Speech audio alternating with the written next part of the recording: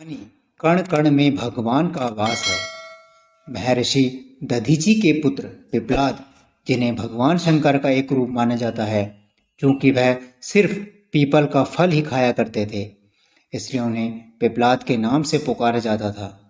अपने पिता की तरह पिप्लाद भी बहुत तेजवान और तपस्वी थे। ये उस समय की बात है जब पिप्लाद को पता चला कि देवताओं को अस्थि दान देने के कारण उनके पिता महर्षि दधीची की मृत्यु हो गई है। यह सब जानने के बाद वह बहुत दुखी हो गए और उन्होंने देवताओं से अपने पिता की मृत्यु का बदला लेने का फैसला कर लिया। यह निश्चय करके वह भगवान शिव शंकर को प्रसन्न करने के लिए उनकी पूजा तपस्या करने लगे और वह इसमें सफल भी हुए। भगवान शंकर उनकी तपस्या से प्रसन्न हो प्रकट हुए और उन्हें वर मांगने को कहा।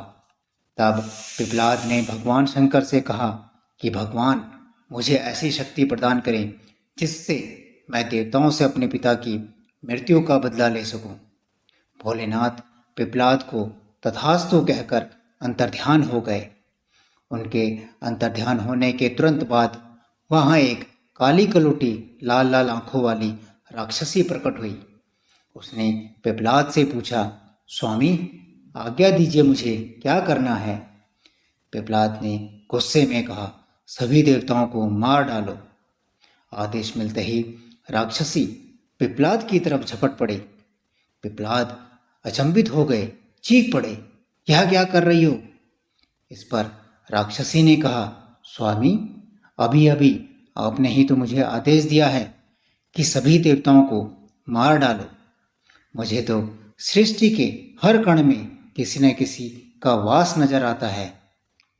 सच तो यह है कि आपके शरीर के हर अंग में भी कई देवता दिख रहे हैं।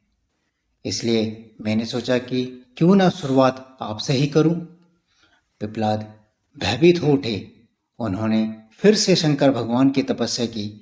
भगवान फिर प्रकट हुए और पिप्लाद को भयभीत देखकर समझाया। उन्होंने कहा, पिप्लाद, गुस्से में आकर लिया गया हर निर्णय भविष्य में गलत ही साबित होता है।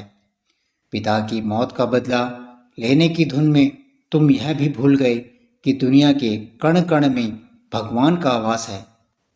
तुम अगर दानी के पुत्र हो, जिसके आगे देवता भी भीख मांगने को मजबूर हो गए थे, इतने बड़े दानी के पुत्र होकर भी तुम भिक्षुकों पर क्रोध करते हो। यह सुनते ही पिप्लाद का क्रोध शांत हो गया और उन्होंने भगवान से क्षमा मांगी। इस तरह एक बार फिर देवत्व की रक्षा हुई।